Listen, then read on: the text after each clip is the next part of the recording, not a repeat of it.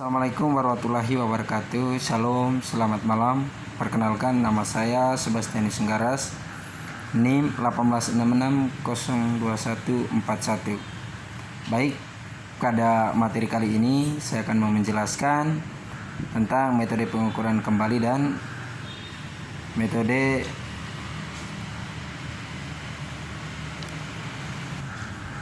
metode translasi.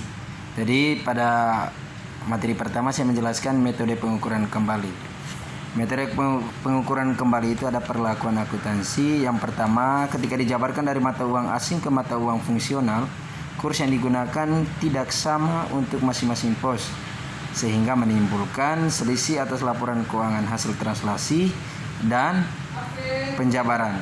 Selisih ini diakui sebagai keuntungan atau kerugian pengukuran kembali dalam laporan laba rugi. Yang kedua, proses pengukuran.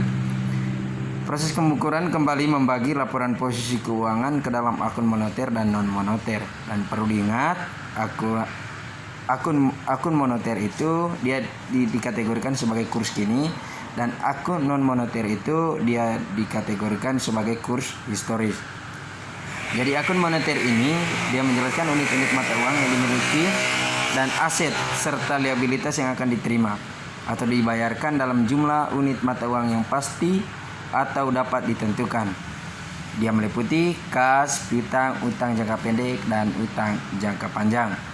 Jadi akun non moneter atau historis ini akun yang dinilai tidak tetap dan dalam unit moneter. Selanjutnya itu metode translasi atau translation atau perlakuan akuntansi. Yang pertama, dia mempunyai ketika dijabarkan dari mata uang fungsional ke mata uang asing, kurs yang digunakan tidak sama untuk masing-masing pos, sehingga menimbulkan selisih atas laporan keuangan hasil translasi. Selisih ini diakui sebagai penghasilan komprehensif lain dilaporkan keuangan hasil penjabaran. Yang kedua, untuk mempertahankan hubungan ekonomi dalam laporan mata uang fungsional, ada saldo akun harus dijabarkan dengan kurs yang sebanding. Contoh akun laporan laba rugi yang meliputi penghasilan dan beban. Umumnya kurs rata-rata untuk periode yang tercakup dalam laporan. Akun laporan posisi keuangan itu aset dan liabilitas itu kurs kini dan spot pada tanggal laporan posisi keuangan. Sedangkan ekuitas atau selain saldo laba, kurs historis atau nilai kurs spot pada tanggal akuisisi. Oleh karena itu, kurs yang digunakan untuk menjabarkan masing-masing akun entitas asing berbeda. Debit dan kredit dalam neraca saldo setelah penjabaran biasanya tidak sama. Pos penyimbang sisi debit dan kredit pada neraca saldo yang dijabarkan disebut penyesuaian penjabaran. Jadi kita masuk pada contoh translasi laporan keuangan. Pada soal yang pertama, pada tanggal 1 Januari 20X1, PT Induk atau Perusahaan Indonesia membeli 100% saham yang beredar dari Jerman Company atau sebuah perusahaan yang berlokasi di Berlin, sehingga harga mencakup 660 juta rupiah. Harga tersebut lebih tinggi dari 60 juta rupiah dari nilai buku.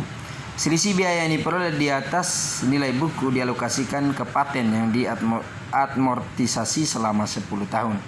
Yang kedua, mata uang lokal yang Germany Company Euro juga merupakan mata uang fungsional. Pada tanggal 1 Oktober 20X1, entitas anak mengumumkan dan membayar dividen sebesar 6.250 euro.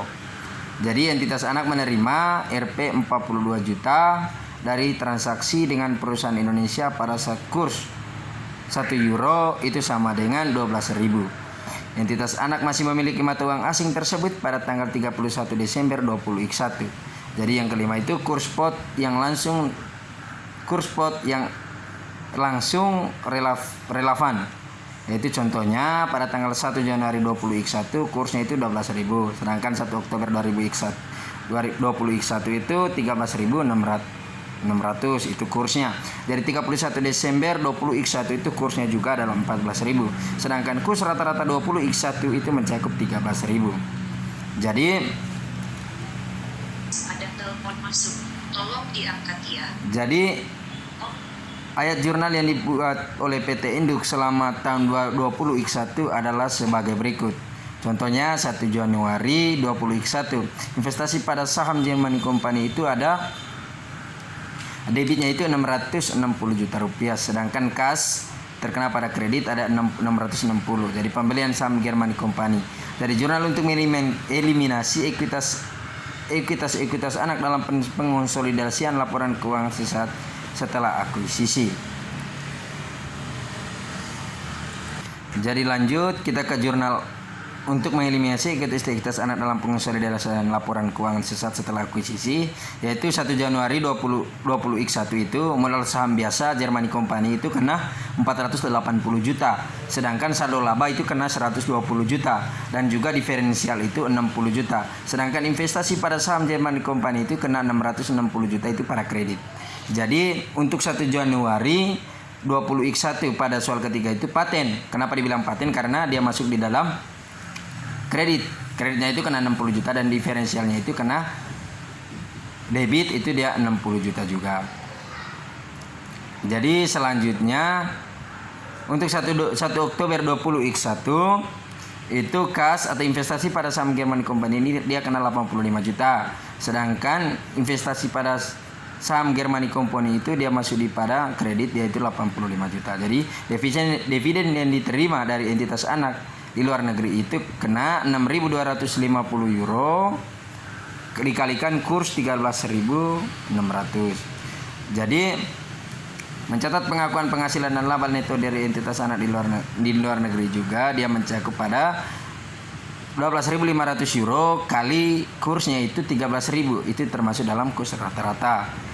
Dan juga bagian entitas induk atas perubahan dalam penyelesaian penjabaran dari penjabaran akun entitas anak itu kenanya 110 juta dikali 1 rupiah. Jadi seperti kita ketahui bersama bahwa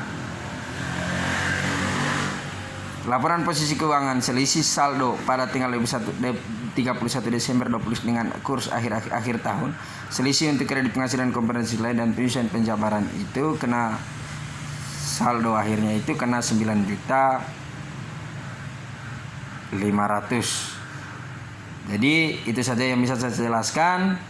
Lebih dan kurangnya mohon dimaafkan. Wabillahi taufiq wa hidayat. Wassalamualaikum warahmatullahi wabarakatuh.